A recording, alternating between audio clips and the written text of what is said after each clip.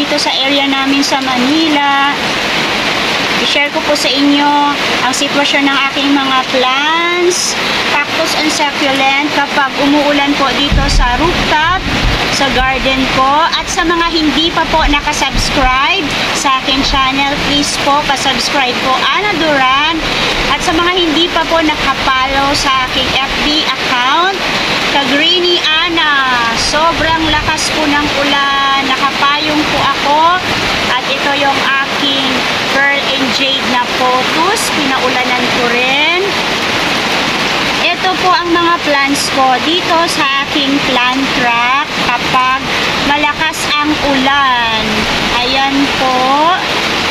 Yan, magaganda sila at tuwang-tuwa sila dahil super healthy na naman sila. Ilang araw akong hindi po nakapagdilig at naulanan sila, dehydrate sila na almost a week at ngayon umulan. Grabe, tuwang-tuwa ang aking mga halaman, ang aking mga plants.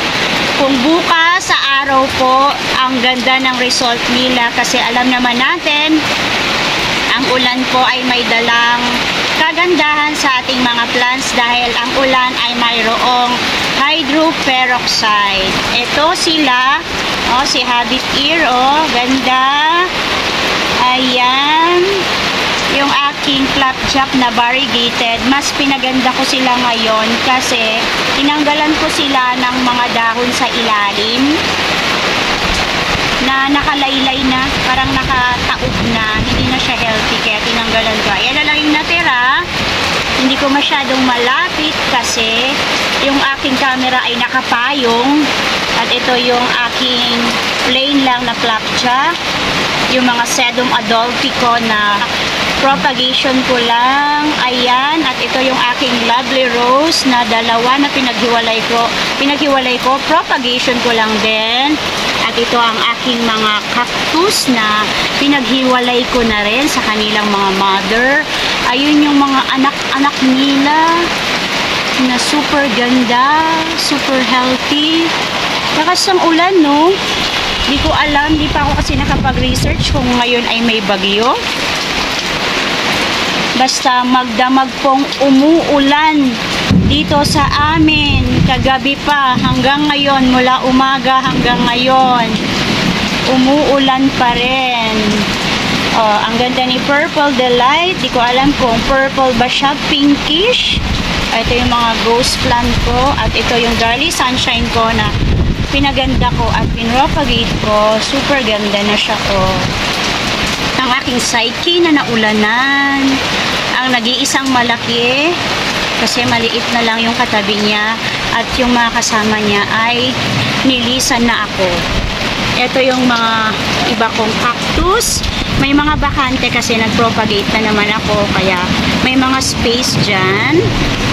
Ayan, ako'y nilalamig. Ang lamig-lamig sobra. At ito yung aking mga succulent na nauulanan. Ayan po. At yung aking mga plants, house plant dito sa ilalim. Ang sigla-sigla nila. Green na green sila. Ang saya-saya nila. Ayun, super lush nila. Super healthy nila. Ito yung mga hanging, mga photos na ulanan. Ayan, ang ganda-ganda. At ito yung aking rubber tree. Ayan sila, malalaki na sila. Ayan po. At ito yung mga calathea ko. Ayan na lang po ang mga calathea ko. Hindi na po ako nagdagdag. Kasi namamatay naman sila. Hindi sila masyadong hiyang dito sa area ko. Kaya kung ano na lang yung natira, ayan na lang ang inaalagaan ko, yung pinaparami ko. Ayan, ayan sila. Yung mga plants ko dito sa side na to. At balik tayo dito. Ito yung aking mga kalanchoe na mga lash type. Yung mga leaf propagation ko, oh, pinaulanan ko. At ito yung mga leaf propagation ko na hanging. O, diba?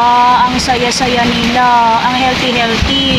Medyo madilim, medyo makulimlim kasi talaga namang kumukulog.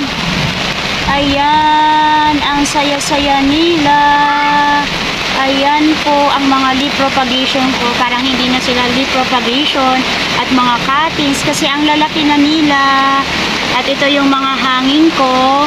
Ayan na lang po yung mga natira. Ayan na lang sila, ang mga matitibay na hanging ko. At yung mga succulent ko dito, ito na lang din po. Meron siyang bakante kasi inayos ko siya. Ito yung mga purple, mga matitibay sa ulanan. Ayan. Medyo madumi ang ating sahig kasi umuulan. Ayan, ditong side, ayun, ang aking rose plant. At yun, si Hawertia na si Zebra. Thank you kay Sis Jam kasi tinag ko siya na alo. Siya pala ay Hawertia Zebra. Ayan, ang healthy dito. Ang sarap nila pagmasdan kapag umuulan kasi happy sila. Ito yung aking mga lavender scallop, yung mga kalanchoe ko, yung millions ko, 1,000, ayan, saya-saya nila. At yung aking orchids, ayun, medyo malabo kasi nabasa yung camera ko. Pero ayan, masaya sila. Ang aking mga stinky, mamumulaklak na naman yan kasi naulan na naman sila. Ito ang aking mga Mendoza at saka Marinade. Happy, ang saya-saya. Super bang na pinropagate ko. Lumiit pero looking good pa rin. Ayun o, ganda. Iba na ang kulay ng aking super bang. Hindi ko na alam kung anong kulay niya. May white, may purple, may pink. Pero si Purple Delight, ang ganda-ganda. Walang katulad.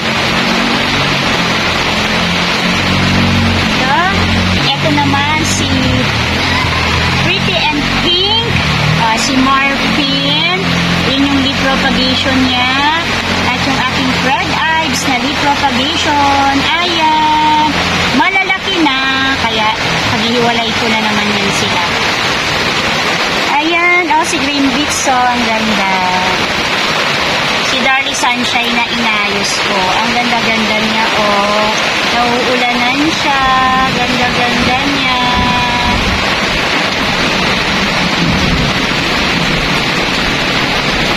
And that's it for today, mga ka-greenie. Update lang po sa aking mga cactus and succulents, mga plants ko kapag umuulan po dito sa aking garden.